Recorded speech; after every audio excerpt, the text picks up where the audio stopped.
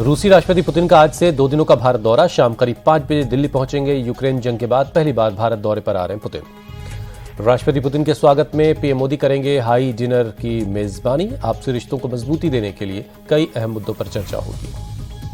राष्ट्रपति पुतिन का शुक्रवार सुबह 9:30 बजे राष्ट्रपति भवन में औपचारिक स्वागत होगा। राजघाट पर महात्मा गांधी को जाकर देंगे श्रद्धांजलि। पीएम मोदी और राष्ट्रपति पुतिन के बीच शुक्रवार 11 बजे हैदराबाद हाउस में होगी द्विपक्षीय शिखर वार्ता। रक्षा सहयोग और आपसी कारोबार को बढ़ाने पर होगी चर्चा। 23वें भारत रूस वार्षिक शिखर सम्मेलन में S-400 मिसाइल सिस्टम और S-57 फाइटर जेट की खरीद पर भी बातचीत हो सकती है। छोटे मॉड्यूलर न्यूक्लियर रिएक्टरों में सहयोग भी मुख्य एजेंडा रहेगा।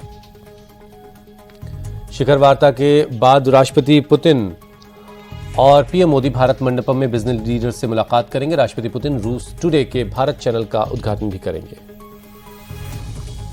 राष्ट्रपति द्रौपदी मुर्मू ने पुतिन के स्वागत में शाम 7 बजे राजकीय भोज का आयोजन किया है। शुक्रवार रात 9:30 बजे पुतिन मॉस्को के लिए रवाना हो जाएंगे।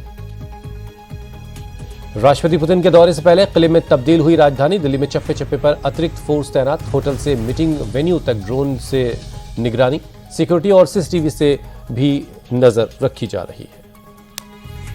आरजेडी चीफ लालू यादव और उनके परिवार पर आज लैंड फॉर जॉब घोटाले में हो सकता है आरोप तय। दिल्ली की राउस जमीनी कोर्ट आज सुनाएगी फैसला। सीबीआई ने लैंड फॉर जॉब के मामले में दाखिल चार्जशीट में बड़े पैमाने पर घोटाले का आरोप लगाया। लालू यादव, राबड़ी देवी, तेजस्वी समेत 100 से ज्यादा लोग आरोपी बनाए गए। पश्चिम बंगाल की सीएम ममता बनर्जी की आज मुर्शिदाबाद में रैली। एसआईआर के विरोध में जनसभा करेंगी संबोधित। टीएमसी विधायक हुमायूं कबीर ने 6 दिसंबर को बाबरी मस्जिद की नींव रखने की बात दोहराई। कहा, काम पूरा होने तक मस्जिद की जगह नहीं बताना चाहते। सीएम ममता को भी नहीं किया इनवाइट। गवर्नर सीवी आनंद बोस के एक्शन लेने की चेतावनी पर हुमायूं कबीर ने कहा, अगर मैं कानून तोड़ूंगा तो राज्य प्रशासन कार्रवाई करेगा। हुमायूं कबीर ने ममता बनर्जी के मना करने पर भी बाबरी मस्जिद बनाने का दावा किया। कहा, मेरे पास पीछे हटने का कोई मौका नहीं। पश्चिम बंगाल के बीजेपी सांसदों से मिले पीएम मोदी। कहा, कड़ी मेहनत से बंगाल में जीत सुनिश्चित करें। मौजूदा सत्ता के खिलाफ लड़ाई को जारी रखना होगा। बंगाल बीजेपी के सांसदों से पीएम मोदी बोले, एसआईआर वोटर लिस्ट के शुद्धिकरण की प्रक्रिया सोशल मीडिया के जरिए केंद्र सरकार के कामों को जनता तक पहुंचाने का निर्देश। झारखंड के सीएम हेमंत सोरेन दिल्ली से वापस रांची पहुंचे। सूत्रों के मुताबिक दिल्ली में बीजेपी नेताओं से मुलाकात की। कांग्रेस महासचिव केसी वेणुगोपाल ने झारखंड में कांग्रेस जेएमएम गठबंधन को बताया मजबूत। का दक्षिणपंथी ट्रोल नेटवर्क का दुष्प्रचार उनकी बढ़ती हताशा और असुरक्षा का संकेत है। जेएमएम ने खारिज किया एनडीए में जाने की अटकलों को। महुआ माझी बोली, पार्टी के अंदर ऐसी कोई चर्चा नहीं। मुश्किल हालात में भी हेमंत सोरेन एनडीए में नहीं गए। कर्नाटक के डिप्टी सीएम डीके शिवकुमार ने दिल्ली दौरे के पीछे किसी राजनीतिक एजेंडे से किया इनकार। कहा, दोस्त के बेटे की शादी में आया हूं।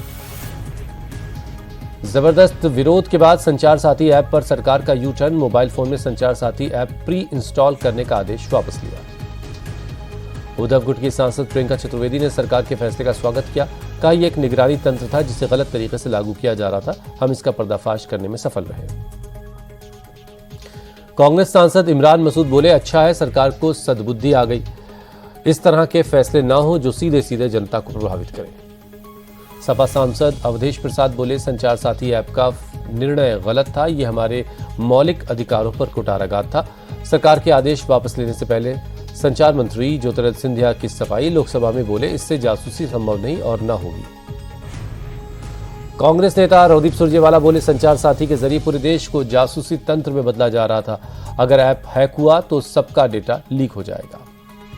संसद के विंटर सेशन का चौथा दिन है। नए लेबर लॉ और दिल्ली में बढ़ते प्रदूषण के मुद्दे पर विपक्ष का कर सकता है विरोध प्रदर्शन।